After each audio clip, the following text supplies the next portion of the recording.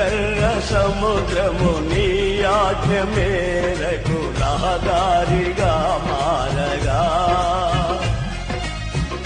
దాటిరే నీ జనులు బహుక్షేమముగా ఎర్ర సముద్రము నీ ఆజ్ఞ మేరకు రహదారిగా మారగా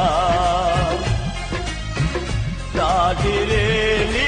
జనులు బహుక్షేమముగా ఆ జలములలోనే